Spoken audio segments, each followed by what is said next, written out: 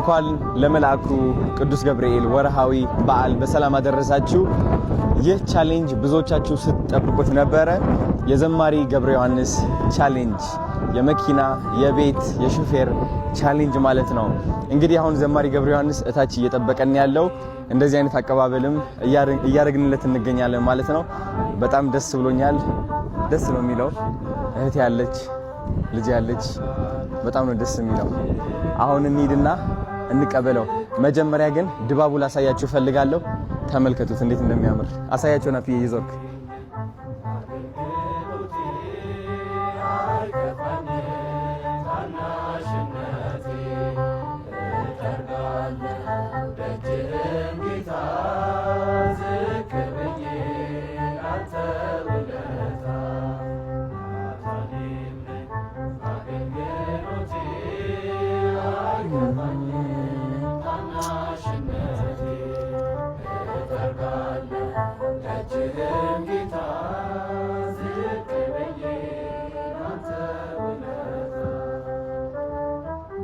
በጣም ደስ ይላል።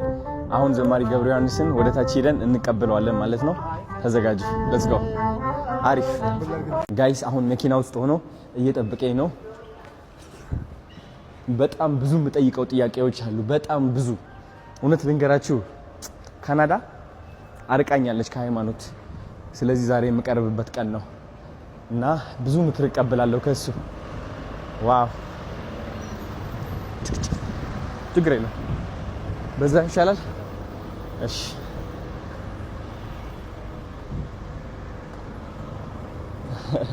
የነም ሄሎ፣ ሰላም ሰላም፣ እንዴት ነው? ደህና ነው ወይ? እንደምን አለን? ደህና ነው ወይ? ታዲያስ በጣም ደስ ብሎኛል ስላገኘሁ። አምሮብሃል፣ በጣም አምሮብሃል። ማች አድርገናል፣ ኦልሞስት ማች አድርገናል። እንዴት ነው የኔ አባት? በጣም ስላገኘው ደስ ብሎኛል። በጣም የኔ አባት፣ እኔም ደስ ብሎኛል። የኔ አባት ቴንክ ዩ። ችግር የለም አለች አንሻታለሁ። እቺ ነገር የኔ ጌጥ ነው ታውቃለህ? አይትኛዋ ሚስቲኪ ሁሉ የሚያዝወዳለሁ። አረ ብቻ ያው እቺ ለውበት የተያዘ ብቻው ለባህልስ አብራ የመጣች ታምራለች። ያው የአልፎ አልፎ የምትያለች። አረ ሶ እኔ እቺን መያዜ እንደው ለግብአቱ የሚረብሽ ካለ በስተቀር አረ አይረብሽም፣ ምንም ነገር አይረብሽም። ታምራለች። ሙከራ አንድ ሁለት ይሰማል። ሙከራ አንድ ሁለት የደንብ ይሰማል። ካሜራማን ይሰማል ወይ? ሰላም እያለ ነው ነበር። ይሰማል በድምጽ የኔ አባት ደረጃ አለች። እሺ አይሰማም፣ ኔጋ አይሰማም። እያደረቀሽ ነው። ይሄ ሰፈር ነበር አሪፍ 22 ነው ያለ ነው። እቺን ያዝኳት እንዳልኩ ይሄ ግንዛቤ መስጠት አለ። ዋይት ኬን ሚዝ ብላይንድ ይሄ አሁን እንደ ቅንጦት ነው እኛ ሀገር የሚታየው። አረ አያት አሁን ተዘረጋች። እስኪ ዋው ነጭ ነች። በቃ ይሄ በደንብ ስታንዳርድ የጠበቀ ይሄ ግን ከሩም ከቢሮ ከአንጻር ይሄ አሁን አንድ አያት አሁን ይሄ ለግንዛቤ የሆነችው ዘንድ ነው። እቺን ያስኳት ግን እቃው ሲፈጠር ለውበት አብዛኛው ያምራል በጣም ለውበት ስለሆነ እንጂ የታችኛዋ ደግሞ ቀይ ነች። ይሄ አሁን ወደ ኤሌቬተር እየገባልሽ ኤሌቬተር እንኳን ነው ቆየ በጣም ሽና ወይ ጉድ ና ትንሽ እዚህ አጠር ትላለችና ዝቅ ብለህ ግባሽ። እዚህ ጋር ደግሞ ደረጃ አለሽ። አጠር አሪፍ እህት ያለች ልጄም አለች። ዘማሪዎች አሉ። ልጅ አለ? አዎ እንግዲህ ማን ስሟ? እህቴ ሄሊና ትባላለች። ልጄ ደግሞ አክበረት ትባላለች። በእውነት እውነት መቀሌ ነው የተገናኘ። አድርሰሃል እንደዚህ? አይ ከመቀሌ ነው የተገናኘ ነው። ኦኬ መቀሌ ተገናኘን። የወለድኳት ልጅ አይደለችም ግን ልጄ ነች። ከዛም በላይ ነው እንዴ የኔ አባት ዘማሪዎች አሉ። ይበቃናል። ታዲያስ ቁጭ ላር እሺ የኔ አባት እዚች ጋር አይዞር እዛ ታንክ ዩ እሺ ነው ቁጭ በላው። መዝሙር ይለቅስ። እሺ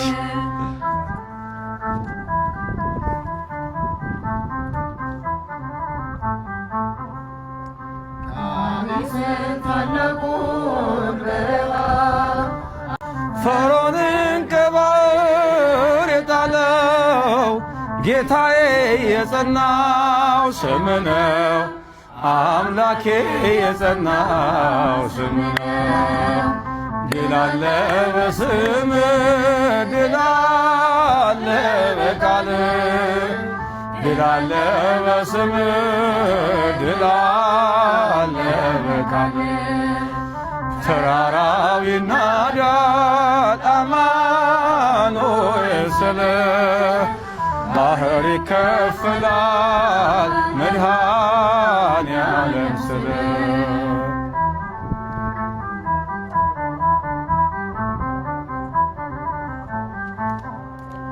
በእልልታ ቢፈርስ ኢያሪኮ ጠላትም ቢወድቅ ተማርኮ ቢሰጠን ለእኛ ከተማው የሆነው ሁሉ ካንተ ነው የሆነው ሁሉ ባንተ ነው ድል አለ በስምህ ድል አለ በቃልህ ተራራው ይናዳል አማኑኤል ስለ ባህር ይከፈላል መድኃኔዓለም ስለ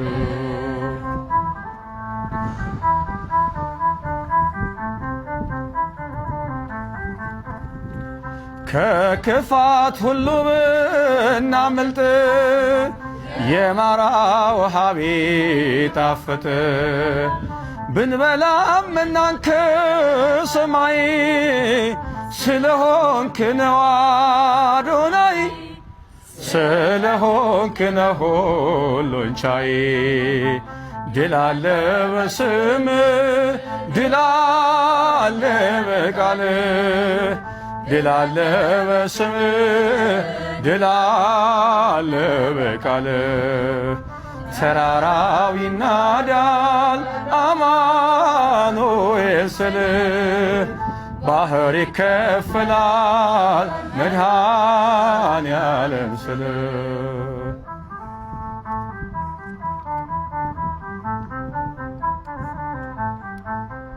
አመሰግናለሁ። በጣም ነው የምታምሩት። ቴንክ ዩ ሂሊያ በቃ ዛፍቴ ማለይ አይዞህ አይዞህ ቀስ አኸረቴ ለ ከፍ ብሊያ شنو صبو نعنا بدحرينا خونا نعي نعلا وزيا محلفه له زير خنا نعنا يخن ينابت እንደምን አለ እግዚአብሔር ይመስገን ደህና ነኝ በጣም ደህና ነኝ ዛሬ እንግዲህ የተገናኘ ነው የመኪና ሹፌር እና የቤት ቻሌንጅ ለማስጀመር ነው እኔም በጣም በአቅሜ እየጣርኩኝ ነበረ ደግ ባለሀብቶችን ለማግኘት ለመድረስ የሞከርኩኝ እየደወልኩኝ ነበርና በጣም ደስ ብሎኛል መኪናና ሹፌር የሚገዙ ካምፓኒ ተገኝተዋል በጣም ደስታ ተሰምቶኛል ጾም ሆነ ይልልን አይሎ ቀውጢና አይኖ ጾም ሆነና እንዳውም ቅድም እግረ መንገድህን አጨበጨብኳል ትንሽ ለምዶብኝ እጄ ደግሞ አንዱ ክራር አንዱ ማይክ ስለያዘ የት ላርገውና በትንሹ እንዲህ አድርጌ ነበር ስርዓቱን ስላፈረሰን ይቅርታ እንጠይቃለን እግረ መንገዳችን ይቅርታ እንጠይቃለን እኔ መጠየቅ የምፈልጋቸው ጥያቄዎች አሉ ምክንያቱም ካናዳ ነበርኩኝ ለ7 አመት ሙሉ ውጭ ሀገር ወደ ካናዳ ስትወጣ ደግሞ የሚያጋጥሙ ነገሮች አሉ ስፔሻሊ እንደ አንድ ወጣት ወደ ሱስ ትገባለህ ወደ ብቸኝነት ትገባለህ ከቤተሰብህ ትርቃለህ ጭንቀት አለ ብዙ ነገር ያጋጥማልና ህይወት በጣም ትፈትናለች እንግዲህ እኔ አሁን ባለውበት ሁኔታ ከሃይማኖቴ ራቅ ብያለሁ እና እንደ አንድ ሁሉም የሚያቅ ሳይሆን እንደ አንድ እንዳጠፋ ሰው ከሃይማኖቱ እንደራቀ ሰው እና እቺ ዓለም እንዳሸነፈችው ሰው ሆኜ ነው የቀረብኩት ጥያቄዎችም ልጠይቅህና ምክርህንም ልሰማ እና የበለጠ ወደ መንፈሳዊነቴም ቀረብ እንድል ማለት ነው እና እንደኔ ያሉ በህይወት በዓለማዊ ህይወት የተሸነፉ ስፔሻሊ ካናዳ በነበርኩበት ጊዜ በሱስ የተሸነፉ የህይወት መንገድ የጠፋባቸው ሰዎች ምን አይነት ምክር ትሰጣለህ አዶንታይ በጣም በዛ አጋጣሚ ስላገኘሁ ነው ደስ ብሎኛል ስለዚህ በጎነትህም አጋጣሚውን ተጠቅሜ ይሄንን በጎ ነገር በልብህ ያስቀመጠ እግዚአብሔር መንፈስ ቅዱስ ስሙ የተመሰገነ ይሁን ምክንያቱም ይሄን የሚያሳስብ እግዚአብሔር ካልሆነ በስተቀር ካንተ በላይ ብዙ ማድረግ የሚችሉ ሰዎች አሉ። ማለትም ኢቭን አንተ የሄድክበት ያለውን የሚዲያም አቅም ከዛ በላይም ሰዎች ሊኖሩ ይችላሉ። ነገር ግን በበጎ ስራ ውስጥ ተሳትፈሃልና ደግሞ እንደ አንድ እድለኛ ሰው ደግሞ እኔን በዚህ መልኩ ደግሞ በእኔ በኩል እንድትሰራ አንደበት ላይ አእምሮ ላይ ይሄን በጎ ነገር ያስቀመጠ መጀመሪያ ስሙ ይመስገንና እኔ እንግዲህ የምክር ሰው ብዙ አይደለሁም። ያው እንደምታውቀው አንድ ታለንት አለችኝ ወይም አንድ መክሊት አለችኝ። እሷም እግዚአብሔር ያደረገልኝን በዜማ በተወሰነ ነገር አመስግኖ ማለፍ ነውና ከኔ ብዙ ምክር አትጠብቅም። ያው ሰባኪያን መምህራን ሲሆኑ በደንብ አድርገው መጽሐፍ ቅዱስን ጠቅሰው ያስተምሩ ይችላሉ። እኔ ግን እንደው ምናልባት ምክር ሊባል ከቻለ እንግዲህ እግዚአብሔር በአንድም በሌላም ትላንት የነበርክበትን ነገር አስትቶ ወደዚህ በጎ ስራ አምጥቷል። ስለዚህ ከዚህ በኋላ ያንን እያስታወሱ ወደ ኋላ መቆዘም ጥቅም የለውም። ምክንያቱም እግዚአብሔር ከይቅርታ በላይ የትላንት በደላችንን በማያልቀው ምሕረቱ መጠን ካለፈልን ትላንት እያስታወሱ ወደ ኋላ የምንቆዝምበት ነገር አይኖርምና መጀመሪያ ትላንትን ከዚያ ከእስር ሆኖ ከሚያሰቃይ ከነበረው ቅድም ካልካቸው በጎ ያልሆኑ ተግባራት እንኳን በሰላም አውጥቶ ወደዚህ በጎ ነገር አደረሰ። ቀጥሎ ግን ከዚህ በኋላ ላትመለስ በዚህ መልኩ ላትጎዳ አንድ ጊዜ ፈቷል እግዚአብሔር ማለት ነው። ያ ስለሆነም ነው አሁን በሚገርም መንገድ እየታየ ያለው። ቅድም ብያለሁ ካንተ በእድሜ የበጡ ሰዎች ያረጉትን ነው አንተ እያረክ ያለው። ሚዲያውም ቢሆን ከዚህ በላይ ተደማጭ የሆኑ ሰዎች ላያረጉት ይችላሉ። ስለዚህ ከዚህ በኋላ አንተ ይህንን ነገር እያሰብክ እኔ እውነት በሌላን ጊዜ ስትናገር ሰምቻለሁ በጥቂቱ መሰለኝ ላትመለስ ከዚህ በኋላ ጠላት ላይ ጫወትብህ ሰይጣን ላይ ጫወትብህ ላትመለስ አንድ የፈቶህ አሁን በምናየው አዶናይ ስለገለጠ ከዚህ በኋላ የትላንቱ እያስታወስን የምንቆዝምበት ነገር አይኖርም። ነገር ግን እንደ ምክር ደግሞ የቆመ ሰው ሁሉ የቆመ ቢመስለው እንዳይወድቅ ይጠንቀቅ የሚል መጽሐፍ አለ፣ ቃል አለ። ሁል ጊዜኛ መቆማችን ስናስብ መውደቅ ሊኖር ስለሚችል አጠንክረን እግሮቻችንን ከመሬት ላይ በመጥበቅ መጽሐፍ ቅዱስን አብዝቶ በማንበብ ጸሎትን በማድረግ የተደረገልን ነገር አብዝተን በማሰብ ግን ከዚህ በኋላ ያ ነገር እንዳይከሰት ግን መከላከያ አጥር ይሆን ዘንድ እሱ ነው ማመክርህ። አሁን በመቆምህ ደስ ይልህ ይገባል። ነገር ግን ደግሞ እኔም አንተም ሁላችንም የቆምን ሲመስለን ድንገት መውደቅ እንዳይኖር ደግሞ ሁል ጊዜ በጸሎት በጾምና በተጋድሎ ራሳችንን ማበርታት ግን ይኖርብናል። ስለ ትላንቱ ማንነት ግን ስራ ስለሰራ ላትፈታ ላትታሰር ከዚህ በኋላ የትላንቱን ማንነትን ከዚህ በኋላ ታሪክ ሆኖ እንዲቀር ደግሞ ስለረዳህ አምላካችንን እናመሰግነዋለን። አሁንም ግን መክረች ብቻ ናት። የቆመ ሰው ሁሉ የቆመ እንዳይመስለው መውደቅ ሊኖር ስለሚችል በጾም በጸሎት በተጋድሎ ማንም እንዳልሆንክ ራስህ ምንም እንዳልሆንክ የሚያደርግልህ እግዚአብሔር የሚሰራብህ እግዚአብሔር እንደሆነ ካሰብክ ከዚህ በኋላ ምን ነገር ሊመጣ እንደማይችል ነው ልመክርህ የምችለው። ሌሎችም ሰዎች ይህን የምናወራውን ነገር አስተካክለው ቢሰሙ የሚመከሩ ይመስላል። ቅድም ብያለሁ የምክር ሰው አይደለሁም፣ ብዙም የንግግር ሰው አይደለሁም።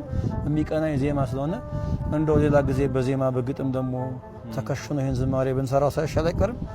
ደግሞ ድንገትን ስለተገናኘን ከዚህ በላይ ልናገር አልችልም። አዶናይ ህይወት እንደ ዘማሪ ገብረ ዮሐንስ ምን ይመስላል? የቀን በቀን ውሎ እንዴት ነው የምታሳልፈው? ህይወት በጣም መልካም ነው። እግረ መንገድ አሁን ነገ ተጓዥ ነው ማለት ለምሳሌ ጎባ ብያለሁ አይደል? የኛ ኑሮ በየክፍለ ሀገሩ እየተንቀሳቀስን ቃለ እግዚአብሔርን በዜማ ማመስገን ነው። ቤተክርስቲያናችን በምትልከን መንገድ ዛሬ ጎባ ነገ ጎባ ሳምንት ደግሞ እግረ መንገዴን ሳምንት 15 ቀን መቀሌ ነበርኩ አይደል? ትዝ ካለ እዛም የነበርነው መንፈሳዊ ተግባራት ነው። የወንድማችን ዲያቆን አስመላሽ ይተባረክ የትግርኛ መዝሙር ነበረ፣ እሱን ማስመረቅን ያው በዛውም በዚህም መንፈሳዊ ተግባራት ስለሆነ አንዴ መቀሌ አንዴ ባሌ አንዴ አዲስ አበባ እየሄድን የምንኖረውና ኑሮ በጣም በደስታ በተድላ በምስጋና ነው የምኖረው። ጥቂት ደግሞ እንደ ስጋ እረፍት ስለሚያስፈልገኝ 2-3 ቀን እረፍት አደርጋለሁ። ኦኬ በጣም ደስ ይላል። እንግዲህ በጣም ብዙ ሰዎች ሲቸገሩ የማያቸው መንፈሳቸው ያስገድዳቸዋል ወደማይፈልጉት ህይወት ውስጥ እንዲገቡ።